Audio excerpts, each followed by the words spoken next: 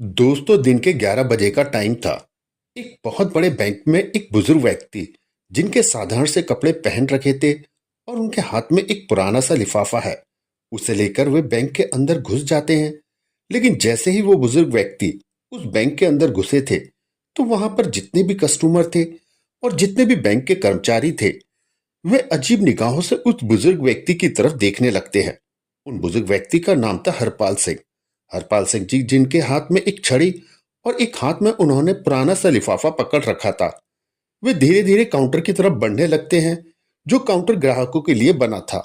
और ग्राहकों की मदद करने के लिए एक महिला वहां पर बैठी हुई थी, जिस महिला का नाम था संगीता। अब वे धीरे धीरे संगीता की तरफ पहुंच गए थे। लेकिन बैंक के अंदर जितने भी लोग थे और जितने भी बैंक के कर्मचारी थे, सभी की निगाहें हरपाल सिंह जी के ऊपर टिकी हुई थी। इसके बाद वे संगीता के पास जाते हैं और जाने के बाद बड़ी ही विनम्रता से कहते हैं कि देखिए मैडम, मेरे अकाउंट में क्या हो गया है, ये अच्छी तरह से चल नहीं रहा। ऐसा कहकर हरपाल सिंह जी उसे लिफाफे को संगीता की तरफ बढ़ाते हैं। लेकिन संगीता हरपाल सिंह जी के कपड़ों को देखकर उन्हें जज करती है और कहती है कि बाबा, क्या आप गलत बैंक में तो नहीं आ गए? मुझे लगता है कि आपका खाता इस बैंक में नहीं होगा। लेकिन तभी जो हरपाल सिंह जी होते हैं, बड़े ही सहजता से कहते हैं कि बेटी, एक बार तुम देख तो लो, शायद हो सकता है मेरा खाता इसी बैंक में हो। इसके बाद संगीता लिफाफे को रखते हुए उनसे कह देती है कि इसमें थोड़ा सा टाइम लगेगा और आपको थोड़ी देर तक वेट करना होगा। ऐसा कहकर संगीता और बैंक में मौजूद अन्य लोगों का काम करने लगती है और हरपाल सिंह जी वहीं पर खड़े होकर वेट करने लगते हैं। थोड़ी देर तक वे वेट करते हैं और वेट करने के बाद दोबारा से कहने लगते हैं कि बेटी, अगर तुम थोड़ा बिजी हो तो तुम मैनेजर को फोन कर दो। दरअसल मुझे उनसे भी कुछ काम है, तो मैं उनसे बात कर लेता हूँ। इसके बाद संगीता ना चाहते हुए भी अपना फोन उठाती है और फोन उठाकर मैनेजर के केबिन का नंबर डायल करती है। उसने फोन किया था। फोन करने के बाद मैनेजर को बता दिया था कि एक बुजुर्ग व्यक्ति आपसे मिलना चाहता है, आप कहो तो मैं उनको वहां पर भेज देती हूँ। इसके बाद जो मैनेजर होता है, वहीं से हरपाल सिंह जी को देखने लगता है। हरपाल सिंह जी बड़े ही साधारण दिखाई दे रहे थे। तो तभी मैनेजर फोन पर संगीता से पूछने लगता है कि क्या ये हमारे बैंक का कस्टमर है या फिर ऐसे ही कुछ मुंह उठाकर चला आया है। तो वो कहती है कि सर, ये बात तो मुझे नहीं पता, लेकिन ये आपसे मिलने की बात कह रहा है। तो इसके बाद मैनेजर कह देता है कि ऐसे लोगों के लिए मेरे पास टाइम नहीं है, तुम ऐसा करो, इन्हें बिठा दो और थोड़ी देर बिठाकर यहां से चले जाएंगे। ऐसा कहकर संगीता को आदेश मिल गया था बैंक मैनेजर की तरफ से।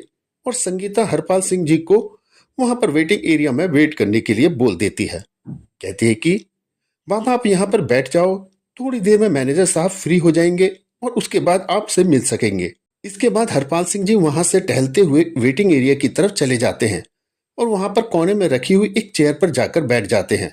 सभी लोग अभी तक हरपाल सिंह जी की तरफ देख रहे थे, क्योंकि वहां पर जितने भी कस्टमर आया करते, वे अच्छे खासे सूट बूट में आया करते। लेकिन हरपाल सिंह जी ने साधारण से कपड़े पहन रखे थे और देखने से भी लग रहा था कि इनका अकाउंट इस बैंक में नहीं होगा, क्योंकि उस बैंक के अंदर काफी अमीर अमीर लोगों के अकाउंट रहा करते थे और यहाँ पर हरपाल सिंह जी का अकाउंट होना कोई सवाल ही पैदा नहीं हो रहा था। इसी वजह से हरपाल सिंह जी आकर्षण का केंद्र बन गए थे और सभी लोग उनकी तरफ घूर घूर कर देखे जा रहे थे और तरह तरह की बातें उनके बारे में बना रहे थे। ये बातें हरपाल सिंह जी को भी सुनाई देती, लेकिन वे इन सभी चीजों को इग्नोर करते और अपना नंबर आने का वेट करते रहते। वे सोचते कि थोड़ी देर में मैनेजर आएगा और उनसे मैं बात कर लूंगा। इस बैंक के अंदर एक और व्यक्ति छोटी पोस्ट पर काम किया करता था, जिसका नाम पवन था। पवन अभी बाहर गया हुआ था और जैसे ही वो बैंक के अंदर आता है, तो वो देखता है कि एक बुजुर्ग व्यक्ति जो कि वेटिंग एरिया में बैठा हुआ है, उसकी तरफ से सभी लोग देख रहे हैं और उसके बारे में तरह तरह की बातें कर रहे हैं। कोई उसे भिखमंगा कह रहा है, कोई कह रहा है कि बैंक के अंदर तो इसका अकाउंट हो ही नहीं सकता और ये यहाँ पर कैसे आ गया, ऐसे लोगों को इन लोगों ने क्यों बैठा रखा है। इस तरह की बातें उसके बारे में चल रही थी और ये सभी बातें पवन भी सुन लेता है। तो उसके बाद पवन सीधा हरपाल सिंह जी के पास जाता है और वहां पर जाकर बड़े आदर भाव से उनसे पूछने लगता है कि बाबा, आप यहाँ पर क्यों आए हो और क्या काम है। क्योंकि पवन को ये सब कुछ बड़ा बुरा ही लगता है। वे बुजुर्ग व्यक्ति की हालत को देखकर थोड़ा सा परेशान हो जाते हैं। इसी वजह से वे उससे पूछने के लिए गया था। वहां पर जाने के बाद वह बुजुर्ग व्यक्ति पवन को बता देता है कि मुझे मैनेजर से मिलना है और उससे मुझे कुछ काम है। इस बात को सुनकर पवन उनसे कहता है कि ठीक है बाबा, आप थोड़ी देर यहाँ पर वेट करो और मैं अभी मैनेजर से बात करके आता हूँ। इसके बाद पवन मैनेजर के केबिन में जाता है और उन्हें उस बुजुर्ग व्यक्ति के बारे में बताता है। लेकिन मैनेजर पहले से ही उस बुजुर्ग व्यक्ति के बारे में जानता था और कहने लगता है कि पता है मुझे, मैंने ही उसे वहां पर बिठा रखा है।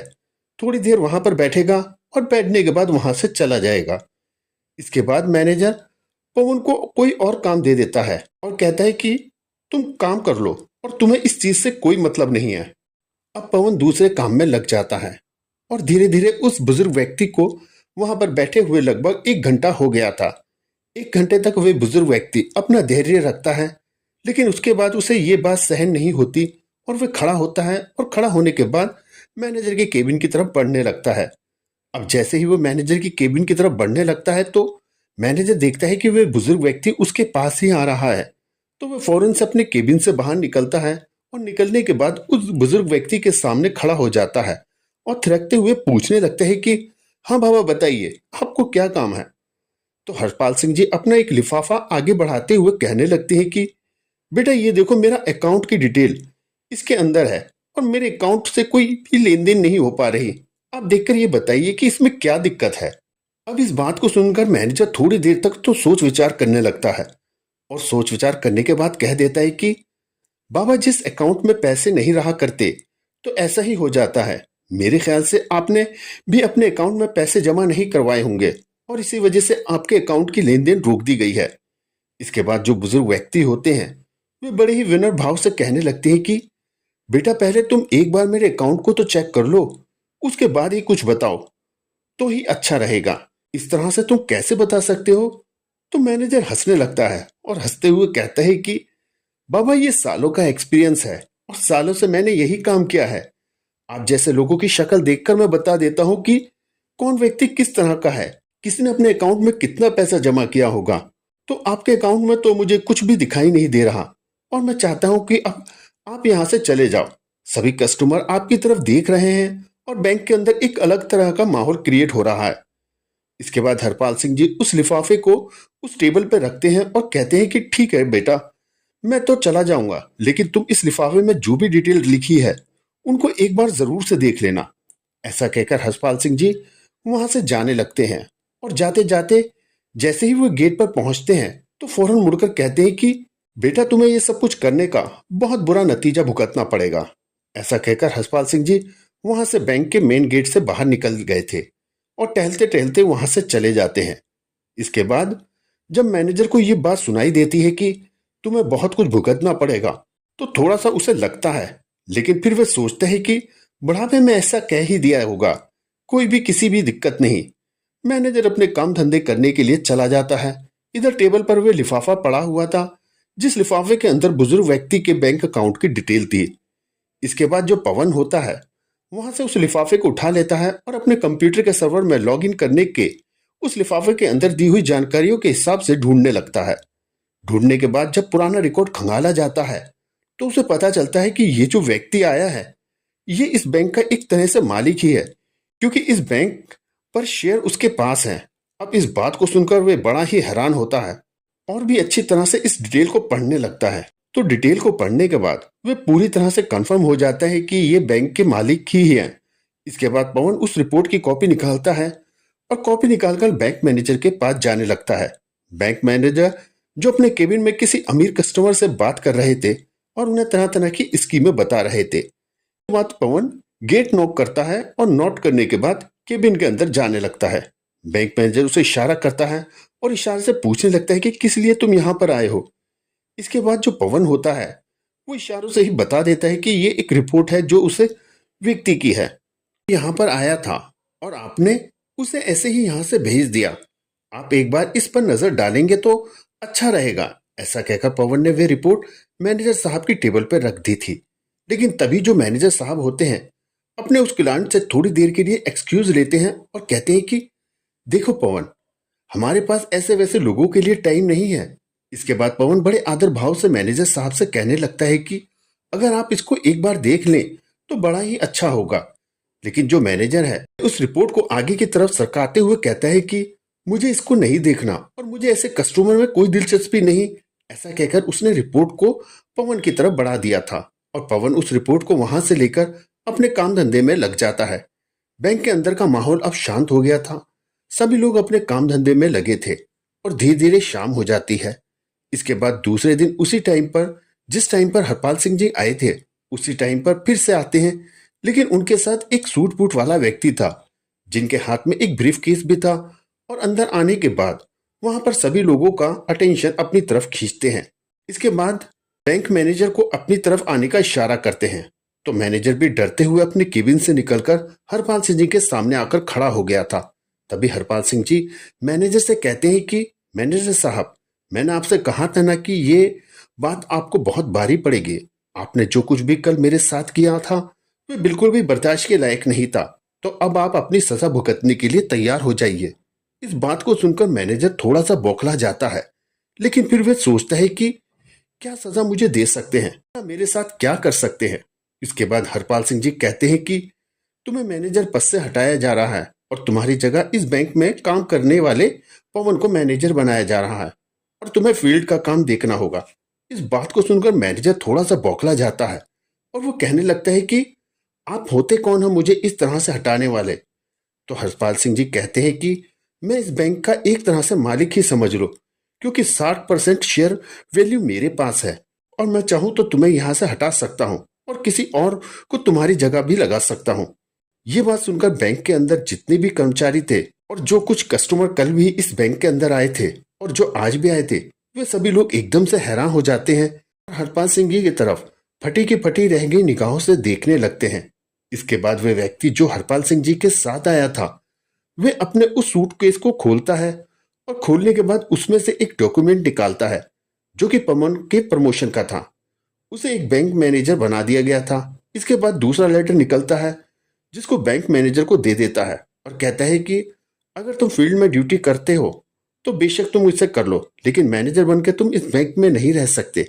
ये बात सुनकर मैनेजर के पसीने छूटने लगते हैं और वह अपनी कल की गलती के लिए बुजुर्ग व्यक्ति से माफी मांगने लगता है।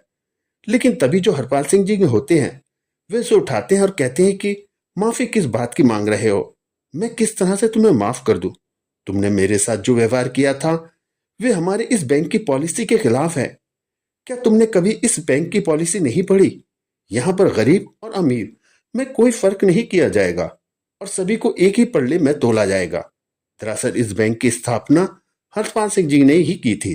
उन्होंने ये बात पहले ही घोषित कर दी थी कि इस बैंक के अंदर किसी को भी गरीब नहीं समझा जाएगा और न ही किसी को ज्यादा अमीर समझा जाएगा। सभी के साथ सामान्य व्यवहार किया जाएगा और कोई भी बैंक का स्टाफ ऐसा करता है तो उसके खिलाफ कड़ी से कड़ी कार्रवाई की जाएगी। तो हरपाल सिंह जी कहते हैं कि वो तो मैं तुम पर रहम कर रहा हूं कि तुम्हें काम करने योग्य छोड़ रहा हूं, वरना मैं चाहूं तो तुम्हें यहां से हटा भी सकता हूं। जो तुमने मेरे साथ किया है वह बिल्कुल भी किसी के साथ नहीं होना चाहिए। तुम्हारे बैंक में काम करने वाला पवन, जिसके हाथ में कुछ भी नहीं था, लेकिन फिर भी उसने मुझसे आकर पूछा और मेरे लिए कुछ करना चाहा, तो इस पोस्ट के लिए वे असली हकदार है, ताकि वे ग्राहकों को अच्छी तरह से समझ सके, उनके कपड़ों को देखकर उनको जज न कर सके। ऐसा कहकर हरपाल सिंह जी संगीता को भी बुलाते हैं और संगीता को भी इस बात के बारे में फटकार लगाते हैं और कहते हैं कि मैं पहली गलती समझकर तुम्हारी इसे माफ कर रहा हूं, लेकिन बैंक के अंदर कोई भी व्यक्ति अगर आए तो उसके कपड़ों से उसे जज नहीं करना चाहिए, उसके बारे में तसल्ली से देखना चाहिए। अगर तुम मुझे पहले ही हैंडल कर लेती तो इस मैनेजर के पास मुझे नहीं जाना पड़ता और मुझे और ज्यादा अपमान सहन नहीं करना पड़ता। इसके बाद संगीता हाथ जोड़ने लगती है और उनसे माफी मांगने लगती है। कहती है कि बाबूजी मुझे माफ कर दो, मुझसे बहुत बड़ी गलती हो गई और आगे से आपको ऐसा कुछ भी देखने को नहीं मिलेगा। इसके बाद हरपाल सिंह जी वहां से उस व्यक्ति के साथ वापस जाने लगते हैं और लोगों से कह रहे थे कि पवन से बहुत कुछ तुम्हें सीखने की जरूरत है और जिससे जितना हो सके उतना सीख लीजिए, तुम्हारे लिए अच्छा होगा। अब मैं बीच बीच में यहाँ पर किसी न किसी को भेजता रहूंगा जो तुम्हारी इन हरकतों के बारे में अच्छी तरह से मुझे रिपोर्ट दे सके। ऐसा कहकर हरपाल सिंह जी वहां से चले गए थे और बैंक का पूरा स्टाफ इस बारे में बात करने लगता है और सोचता है कि अब अच्छी तरह से काम करना होगा, कहीं अगली बार उनका नंबर ना आ जाए। इस बात को सोचकर पूरी बैंक सुधर जाती है। सभी लोग अच्छी तरह से उस बैंक के अंदर काम करने लगते हैं। हरपाल सिंह जी का ये कारनामा चारों तरफ फैल जा गया था। हरपाल सिंह जी का ये कारनामा चारों तरफ फैल गया था और सभी लोग उस बैंक की बढ़ाई करने लगते हैं। कहते हैं कि मालिक हो तो ऐसा, वरना बेशक ना हो, क्योंकि ज्यादा मालिक अपने बैंक को खोलकर चले जाते हैं, फिर चाहे पीछे से मैनेजर किस तरह से काम करे या पीछे से कोई भी कर्मचारी कैसा भी काम करे, उन्हें इस चीज से कोई मतलब नहीं होता। लेकिन हरपाल सिंह जी ने अपने ऑनर होने का पूरा कर्तव्य निभाया, उस बैंक के कर्मचारी को अच्छा सा सबक सिखाया। आप क्या कहना चाहते हो हरपाल सिंह जी के बारे में? आप क्या कहना चाहते हो पवन के बारे में? आपकी जो भी राय हो हमें कमेंट्स बॉक्स में लिख सकते हो, लोगों के साथ शेयर कर सकते हो। वीडियो अच्छी लगे तो वीडियो को लाइक करें और चैनल को सब्सक्राइब जरूर करें, ताकि हमें थोड़ा सा हौसला मिल सके आप लोगों के लिए ऐसे ही अच्छे अच्छे वीडियो बनाने के लिए। इन कहानियों को सुनाने का उद्देश्य किसी को परेशान करना बिल्कुुल भी नहीं है। ये कहानी आपको इसलिए सुनाई जाती है ताकि आप लोग इन कहानियों से कुछ ना कुछ सीख सको और अपने जीवन में उस चीज को अप्लाई कर सको। मिलते हैं किसी अगली वीडियो में नए टॉपिक के साथ। तब तक के लिए जय हिंद, जय भारत। सभी को बहुत बहुत धन्यवाद।